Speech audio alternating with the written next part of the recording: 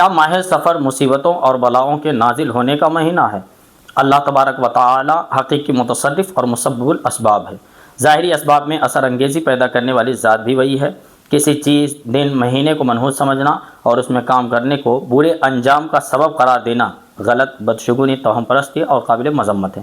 اللہ تبارک و تعالی کی مشیت کے بغیر کوئی چیز انسان کو نقصان نہیں پہنچا سکتی۔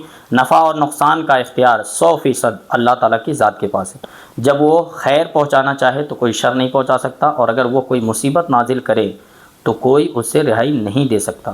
اللہ تعالیٰ ارشاد فرماتا ہے، اور اگر اللہ تمہیں کوئی تکلیف پہنچائے تو اس کے سوا کوئی اسے دور کرنے والا نہیں ہے، اور اگر وہ تمہارے ساتھ بھلائی کا ارادہ فرمائے تو کوئی اس کے فضل کو رد کرنے والا نہیں ہے۔ وہ اپنے بندوں میں سے جسے چاہتا ہے اپنا فضل پہنچاتا ہے، اور وہ بڑا بخشنے والا نہایت مہربان ہے۔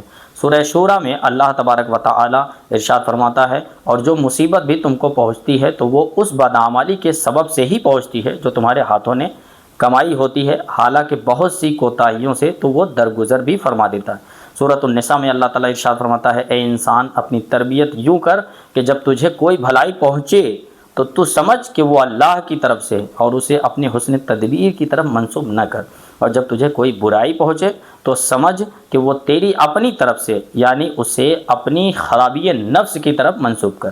ان آیات سے واضح ہوتا ہے کہ کوئی وقت، دن اور مہینہ برکت اور عظمت اور فضل والا تو ہو سکتا ہے، مگر کوئی مہینہ یا دن منحوس نہیں ہو سکتا۔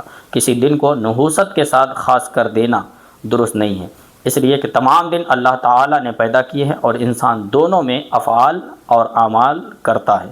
سو ہر وہ دن مبارک ہے جس میں اللہ تعالیٰ کی اطاعت کی جائے، اور ہر وہ زمانہ انسان پر منحوس ہے جس میں اللہ تبارک و تعالیٰ کی نافرمانی کی جائے۔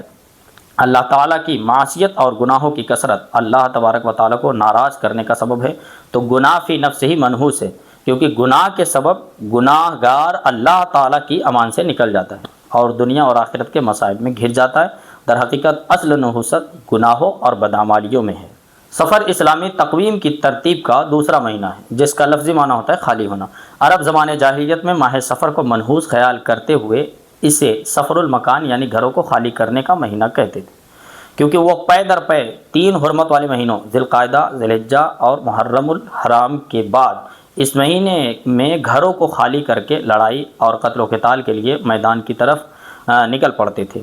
جنگ و جدال اور قتل و قتال کی وجہ سے بے شمار انسان قتل ہوتے تھے، گھر ویران ہوتے تھے اور وادیاں برباد ہو جاتی تھی۔ عربوں نے اس بربادی اور ویرانی کی اصل وجہ کی طرف توجہ دینے اور جنگ و جدال سے کنارہ کش کرنے کی بجائے اس مہینے کو ہی منحوس اور بلاؤں اور مصیبتوں کا مہینہ قرار دے دیا۔ حقیقت میں نہ تو اس مہینے میں نحوست اور مصیبت ہے، اور نہ ہی یہ بدبختی اور بھوت پریت کا مہینہ ہے، بلکہ انسان اپنے اعمال کی وجہ سے مصائب اور آفات میں مبتلا ہوتا ہے، اور اپنی جہالت کی وجہ سے دن، مہینے اور دیگر اسباب کو منحوس تصور کرنے لگتا ہے۔ یہ وجہ ہے کہ رسول پاک صلی اللہ علیہ وسلم نے ارشاد فرمایا کہ اللہ تعالیٰ کے حکم کے بغیر چھونے سے بیماری دوسرے کو لگ جانے کا عقیدہ، ماہ سفر میں نحوست ہونے کا عقیدہ اور پرندے سے بدشگونی کا عقیدہ سب بے سبب اور بے حقیقت باتیں ہیں۔ شاہ محدث دہلوی رحمۃ اللہ تعالی علیہ اس حدیث پاک کی شرح کرتے ہوئے فرماتے کہ عوام اسے یعنی سفر کے مہینے کو بلاؤں، حادثوں، آفتوں کے نازل ہونے کا مہینہ قرار دیتے۔ یہ عقیدہ باطل ہے، اس کی کوئی حقیقت نہیں ہے۔ اس لیے ماہ سفر میں بلائیں اور آفات اترنے اور جنات کے نزول کا عقیدہ من گھڑت ہے۔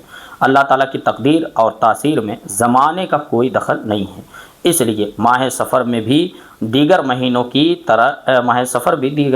طرح ایک مہینہ ہے۔